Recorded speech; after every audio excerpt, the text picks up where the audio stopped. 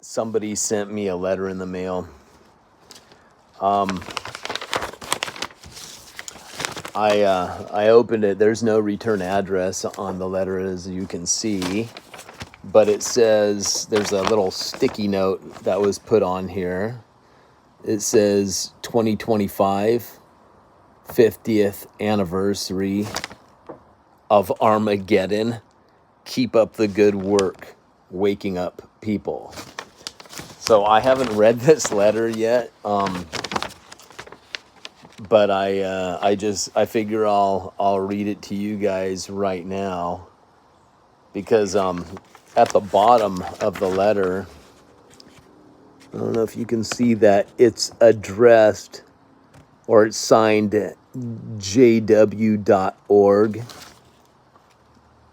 jw.org. Have a nice day. Your smiling JW neighbors. jw.org. JW stands for Jehovah's Witnesses. Here's what the letter says. Dear neighbor, since the end of the world, as we know it, is dangerously near, we are writing you to tell you the things your minister has not told you, but which Jehovah's Witnesses, jw.org, want you to know. Jesus Christ, as Michael the Archangel, returned invisibly in the year 1914, the start of the last days, and proceeded to judge all Christian religions. In 1919, Jesus personally selected the Watchtower Bible and Tract Society, aka Jehovah's Witnesses, as God's Spirit-directed organization to preach the good news of God's kingdom before God destroys all human governments and false religion in the approaching battle of Armageddon. Matthew 24:14.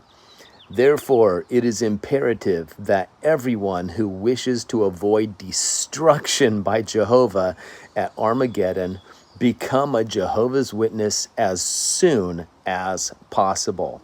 Admittedly, the Watchtower previously claimed that Armageddon would definitely occur in 1914, then again in 1925.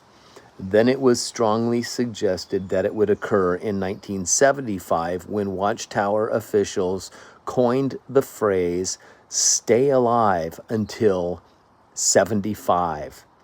But those were just the predictions of imperfect men. This time, however, the governing body of Jehovah's Witnesses is really sure. So, do not hesitate any longer! Exclamation mark. Do not make the common mistake of reading your Bible without the aid of Watchtower publications, because you might conclude that Jehovah's Witnesses are wrong. The governing body of Jehovah's Witnesses is Christ's faithful and discreet slave, Matthew 24:45. And only the governing body can accurately interpret the Bible. You know what, you guys, I'm going to pause right here. It says it's from jw.org at the bottom.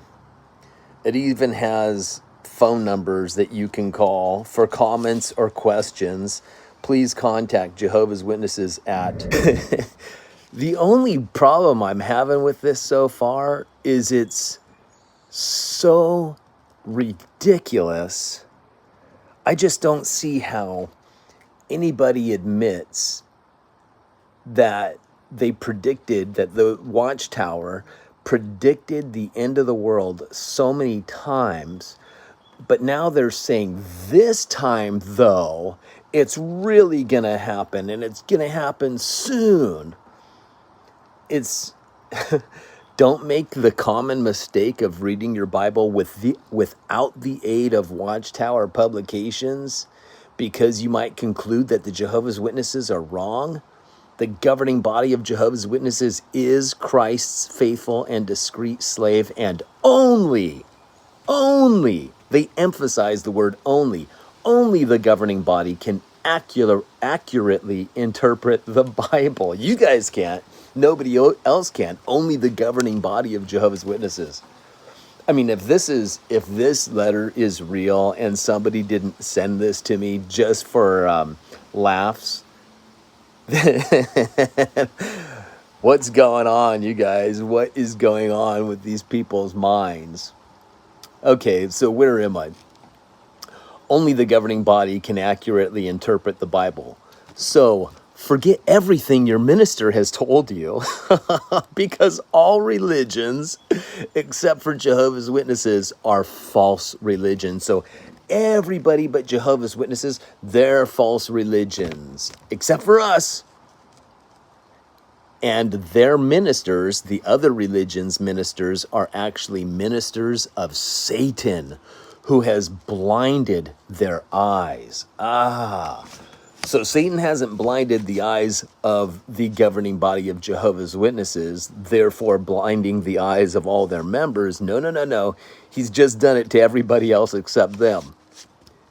They may preach that Jesus is the mediator between God and men, 1 Timothy 2:5, but they have not told you that Jesus is only the mediator for the 144,000 Christians who are spirit anointed to go to heaven. True, Jesus said that no one comes to the Father except through him. True, Jesus said no one comes to the Father except through him. But the only way to Jesus is through the governing body of Jehovah's Witnesses, the quote-unquote faithful and discreet slave. Okay, this has got to be a joke, right? Whoever sent this to me, this has got to be a joke, right? Come on. Come on. Only 144,000 Christians were given the hope of going to heaven with Jesus, Revelation 14:1.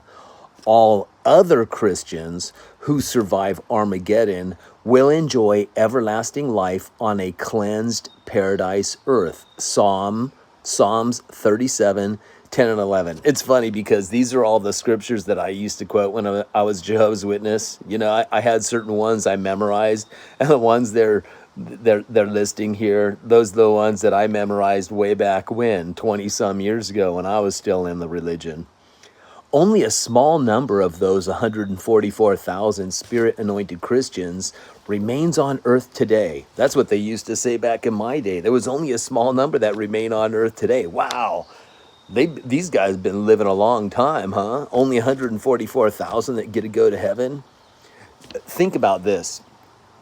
There was a heavenly calling in Jesus' day, and he and his disciples went out, and it says the disciples preached to all these people, but all the way from the time of Jesus and the time of these disciples and apostles and all these followers of Jesus, they only converted less than 144,000 people, because today's Jehovah's Witnesses, they convert a whole bunch, and they still have a number that's going to heaven today. Very few left, but they still have that number.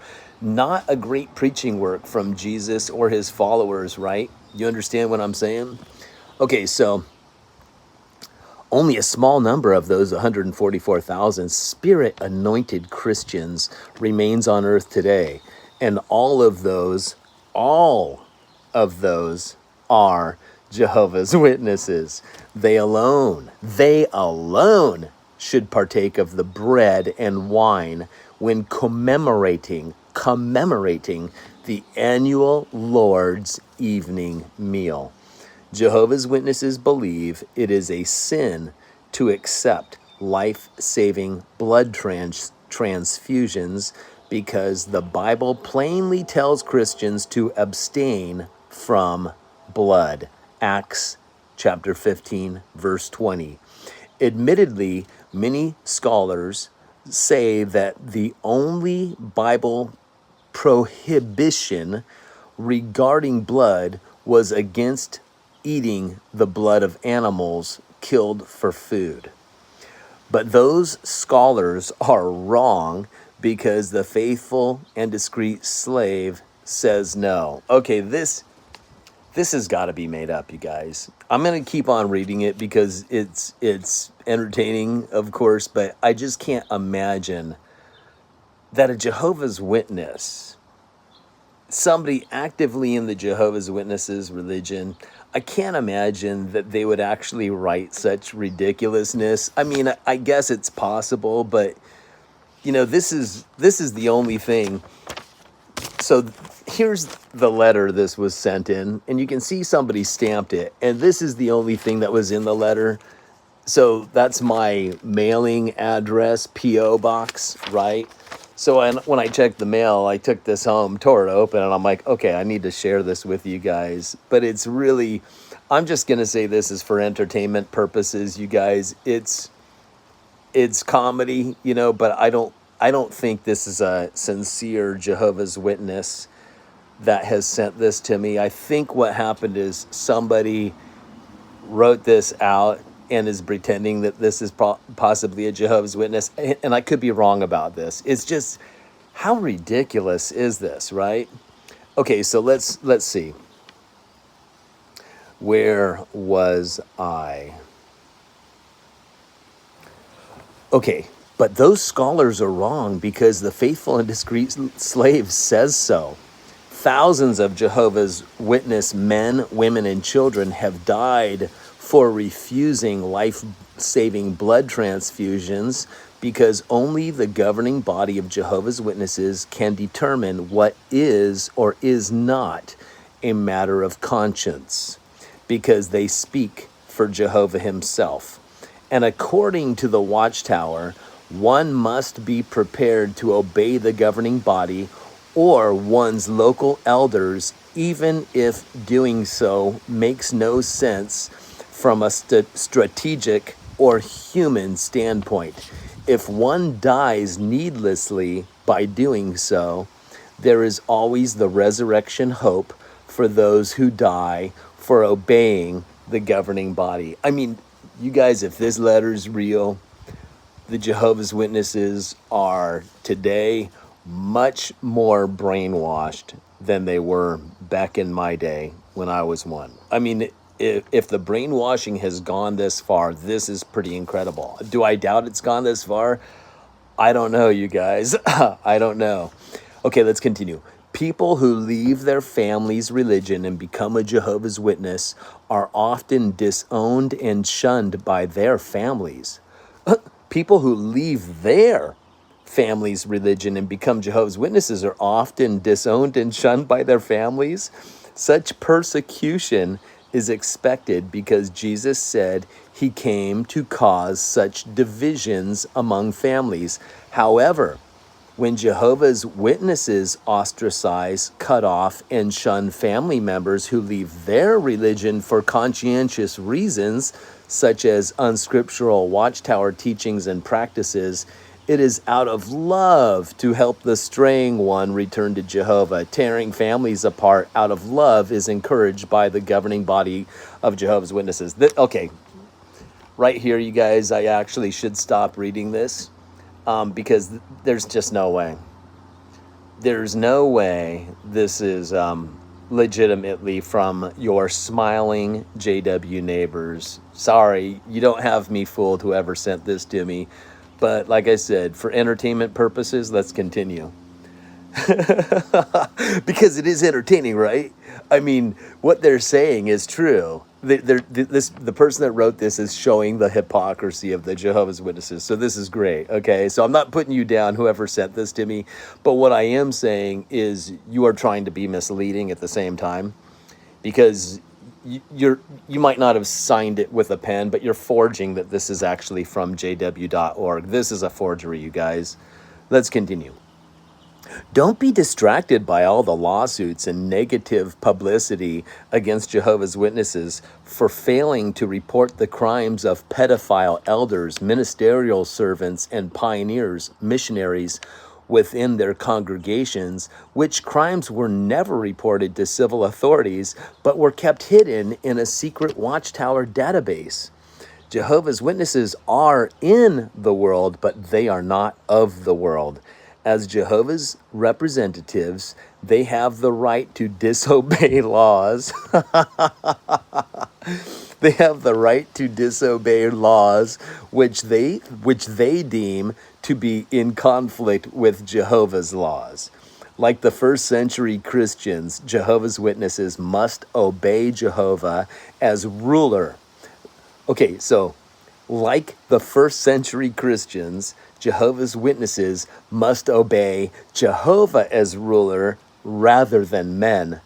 So it is okay for Jehovah's Witnesses to withhold the truth for the purpose of misleading enemies of Jehovah, even if they do so in courts of law after having sworn to tell the truth, the whole truth, and nothing but the truth. Before visiting a Kingdom Hall of Jehovah's Witnesses, be advised that Jehovah's Witnesses are well-groomed and modestly dressed. Their female-approved associates wear minimal makeup and jewelry and choose dresses that show no cleavage and with hemlines below the knee. Their male-approved associates refrain from wearing beards and tight pants, which were designed by Homosexuals. I'm going to just spell that out because I'm not sure if I can read that on YouTube. But the male-approved associates refrain from wearing beards. Well, they wear beards today, you guys. See? They wear beards today. They can have beards. So, sorry, whoever wrote this, they allow beards now, but this is still funny. The male-approved associates refrain from wearing beards and tight pants, which were designed by homosexuals, according to the faithful and discreet slave. Visitors are encouraged to adhere to these guidelines in order to fit in and to avoid receiving judgmental stares from others. For comments or questions, please contact Jehovah's Witnesses at, whether those phone numbers are legit or not, you guys, I don't know, but it's pretty hilarious, pretty good comedy. Well done. Bravo to you who sent me the letter. I just thought I would share that with you guys. It's hilarious. All right, you guys, I hope I hope this has been good comedy for you. Have a great day. See you next time.